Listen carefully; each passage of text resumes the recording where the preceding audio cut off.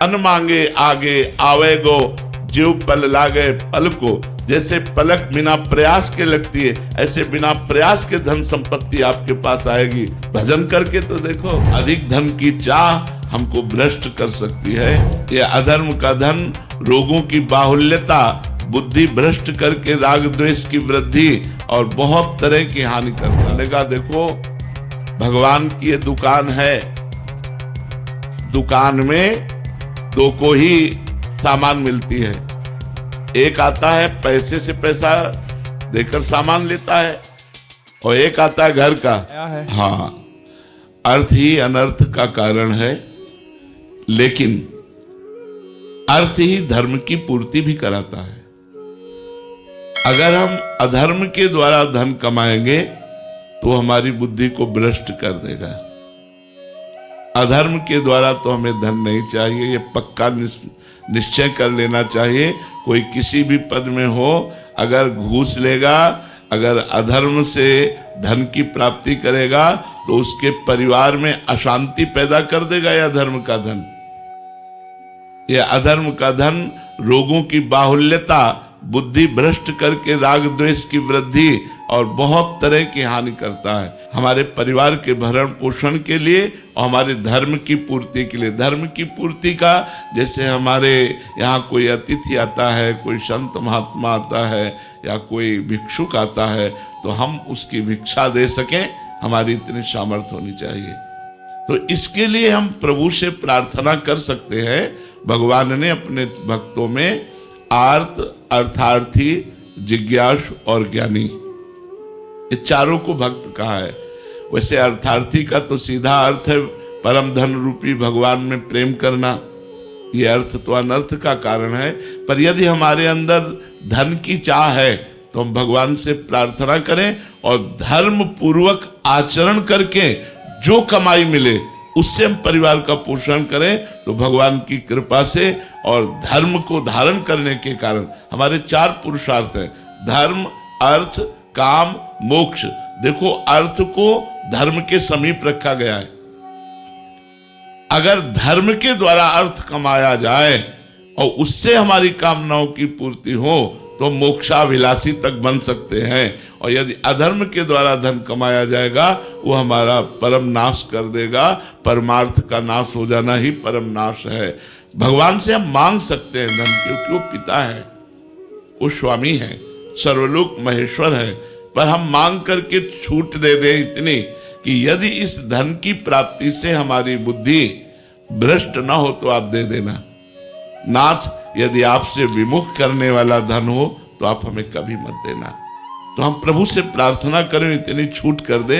धन की आवश्यकता तो लोक व्यवहार में है और धर्म के पालन करने में भी है, अपने धर्म का निर्वाह करने के लिए। इसलिए हम सत्कर्म के द्वारा धन प्राप्त करें, अपने अपने कार्यों में ईमानदारी से बर्ताव करें और जो पेमेंट मिले उससे परिवार का पोषण करें। अधिक धन की चाह हमको भ्रष्ट कर सकती है यदि भगवान से हम विमुख हैं तो, और भगवान के सन्मुख है तो हम वो चाह अपनी भगवान के चरणों में रखें, भगवान पूरी करेंगे। देखो ध्रुव जी को जब लालसा जगी पद की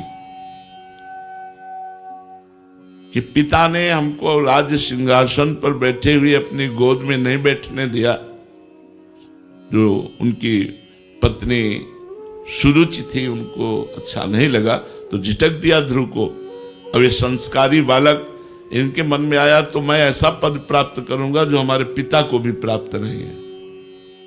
अपनी माता सुनीति से कहा, सुनीति माता ने कहा बेटा महाराज उत्तानपाद हमको महारानी क्या, इस समय तो दासी भी नहीं समझते, जो कुछ है वो सुरुचि रानी है।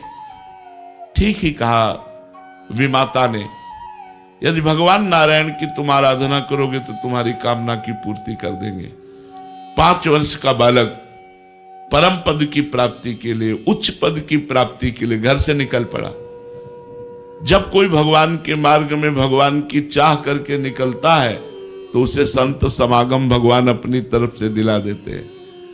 उसी समय देवर्षि नारद जी मिल जाते हैं नगर से निकलते ही, और उन्होंने 6 महीने में वो अटल पदवी प्राप्त की जिनकी सप्तऋषि आज भी परिक्रमा करते हैं। ध्रुव पदवी आज भी अटल विराजमान है। तो यदि हम धन चाहें, पद चाहें, तो उसके लिए फिर हमें तपस्या करनी होगी, केवल चाह से पूर्ति नहीं होगी। हमने एकांतिक में एक दिन कहा, किसी ने प्रश्न किया था कि भगवान से मैंने कामना की, हमारी कामना की पूर्ति नहीं हुई।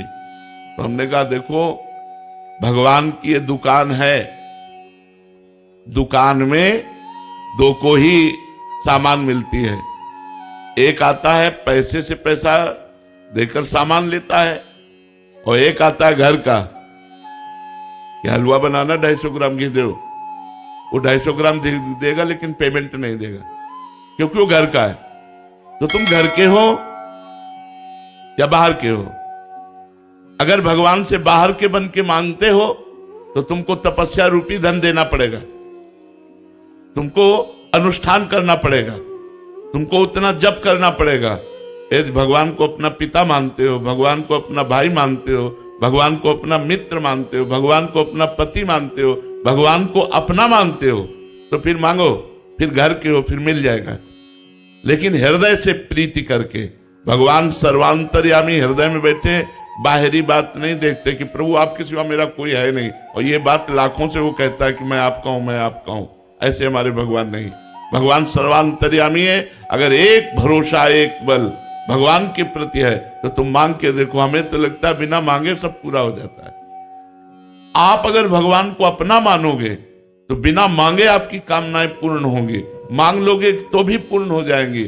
और या फिर भगवान को अगर सही भाव में अपना नहीं मानते हो तो आपको तपस्या करनी पड़ेगी, आपको अनुष्ठान करना पड़ेगा, आपको व्रत करने पड़ेंगे, तब आपको वो प्राप्त होगा जो मांग रहे हो। ऐसे थोड़ी मिल जाएगा। ऐसे किसी दुकान में जाके बोलो, वो दे देगा क्या? दुकान के या तो घर वाले हो और या फिर तब आपके पास धन हो, दो ही बात में मिलेगा। तो मेरे ईश्वर की दुकान में सबका जीवन खाता, सबका जीवन खाता है, पर या तपस्या रूपी धन दो या प्रभु के बनो। तो प्रभु के तो बन नहीं पाते हम लोग, क्योंकि हमारा इतना संबंध का फैलाव है।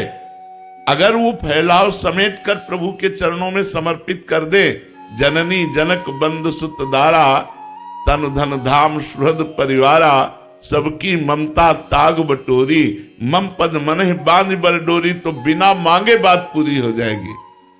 लेकिन हम ये कर नहीं पाते, तो फिर हमको भजन करना पड़ेगा, हमको तप करना पड़ेगा, तो उसके अनुसार फिर जो हम मांगेंगे तो प्राप्त होगा। तो हमें लगता है कि भगवान से धन मांगो, पर साधना भी करो। बिना साधना किए तुम्हारी मांग पूरी होने वाली नहीं, क्योंकि प्रभु को आप अपना नहीं मानते हैं ऐसा जैसा मानना चाहिए। मेरे तो गिरधर गोपाल दूसरों न कोई। जब ये बात आएगी तब आपको मांगने की जरूरत नहीं पड़ेगी, अपने आप सब पूरा सरकारी व्यवस्था चलेगी, भागवतिक व्यवस्था चलेगी। अन मांगे आगे आवे गो, जीव पल लागे पल को। जैसे पलक बिना प्रयास के लगती है, ऐसे बिना प्रयास के धन संपत्ति आपके पास आएगी। भजन करके तो देखो, पूर्व पुण्य के बल से आज चाहे जितना नक्शा दिखा लो, जब तुम्हारे पुण्य नष्ट होंगे और आज का जो कर्म पाप है वो जब आएगा तो तुमको विध्वंस कर देगा। इसलिए सावधान, पाप कर्मों से बचो और भजन का अनुष्ठान करो। और भगवान से याचना एक तो नहीं करनी चाहिए, पर यदि करो तो छूट दे दो भगवान को कि यदि हमारा मंगल होना हो तो देना, और अगर मंगल ना होना हो तो प्रभु मेरे मांगने पर भी ना दे।